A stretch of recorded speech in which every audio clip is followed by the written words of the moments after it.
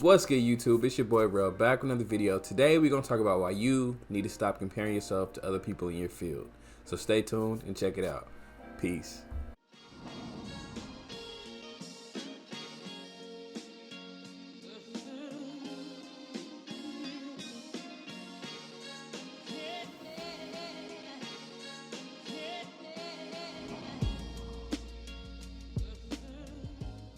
Before we get to the video, guys, don't forget we got the dopest merch on the planet on my website, 86visions.com. Link in the bio, link in the description, link everywhere you need it to be. Peace. What's up, guys? Welcome back to the channel. As you see, your boy done upgraded his office, man. Me and my girl just moved into a spot together, so I wanted to make some changes, change the ambiance, make some moves back here, make it look more professional and just more laid back, kind of fit my vibe. So you let me know what you guys think. Anyway, today we're going to talk about why you need to stop comparing yourself to other people in your field, right? So back in 2013, 2014, when I first started, I was super insecure.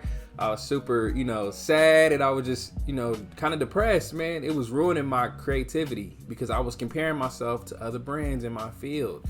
People that, were ahead of me, and which I perceived ahead of me, and people that, had these big brands and these big followings, and they had all this money and they was doing all this shit.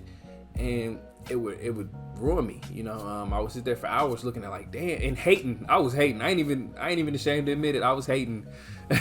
So we're gonna talk about that today, why you need to stop comparing yourself to other brands. So stay tuned and let's get it started. My problem, I was insecure as hell. Not only about my ideas, but about my streetwear brand in general.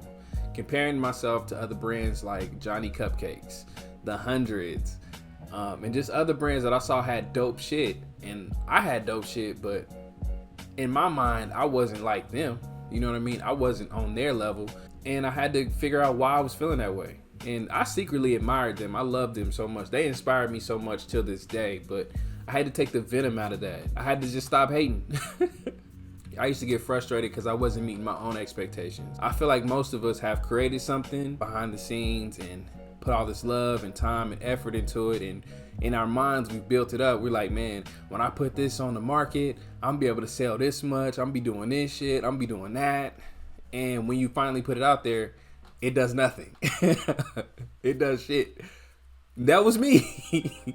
I was only selling like 1 shirt a month, 2 to 3 shirts a month on a good fucking month. And I mean, I'm posting every single day, 2-3 times a day.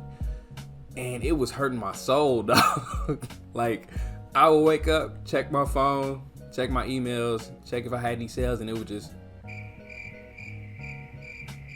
crickets. And that shit would crush me, dog. And I would be so fucking pissed. Meanwhile, the people that I looked up to, the people that I was, jealous of, they were driving U-Haul trucks and shit like that, USPS trucks to drop off orders, man. Trucks full of orders, thousands of dollars. They was, back then on Instagram, people would stack their orders up and then sit in the middle of them. And I was like, bro, I want to do that so fucking bad. I want to do it so bad, and I couldn't. And it would frustrate me. It would hurt, to be honest. My biggest dream in my whole life back then, not anymore, but back then, was to open up a physical store.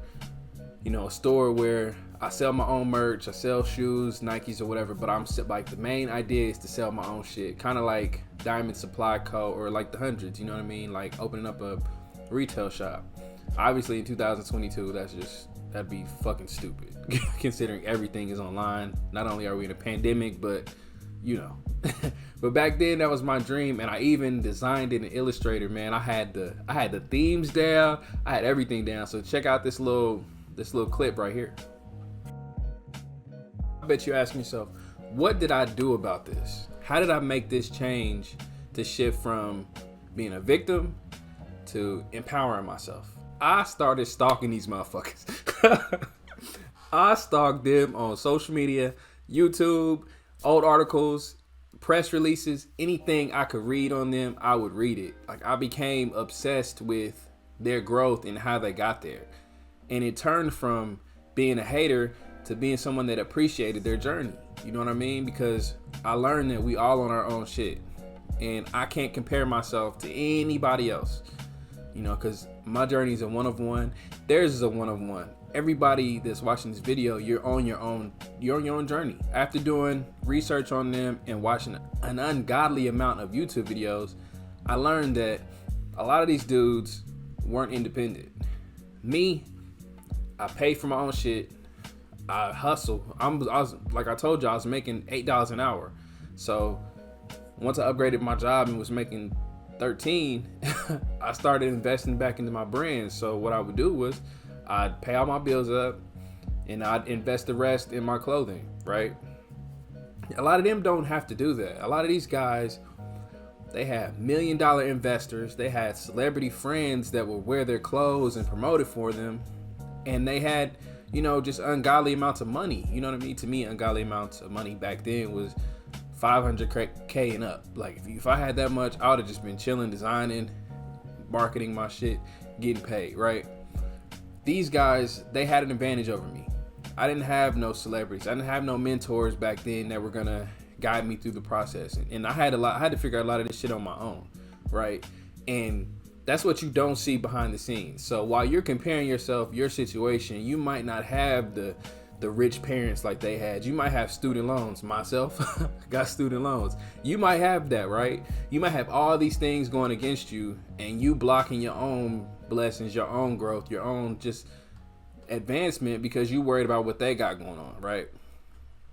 And that was my problem. I would just look at these dudes and be jealous as fuck, not knowing a lot of these dudes, like, they don't even own all of their shit. Like, a lot of these dudes have sold parts of their brand for money. You know what I mean? They have sold, you know, equity in their business. I never did no shit like that. Like, I was like, I would never. You know what I mean? Like, I want to be able to own my shit and do what I want to do with it at all times. I wanted to be completely independent. And that's the difference between my journey and theirs. I was 100% independent. And once I learned that, I stopped comparing myself because I'm like, they're not built like me. And that's not a good or a bad thing. It's just we're two different people. The message behind it is you never truly know what's going on behind the scenes. You never truly know who's doing what, who's got help where, you know, how much help they getting. And don't block your own blessings while studying what other people are doing. You know, being jealous of what they got going on, hating on your fucking self, bringing yourself down, you know, just not believing in you because someone else is perceived to have more than you. At the end of the day, if you're on 100% of your own shit, to me, you're a boss. You're a real one. You're a beast, right? And I salute you. So stay focused on your own shit, man. Stay focused on your own brand. Stay focused on what you got going on. Let that other shit go and believe in your vision, trust in your vision. And everything that you're doing is going to set you up for success. It might take you a lot longer than someone who took the fast lane and took the loan and did all this stupid shit. But once you get there, your foundation is going to be completely solid. But that's the end of the video. If you got something from the video, like, comment, subscribe, share it with a family member or a friend. I'm back on my YouTube grind, man.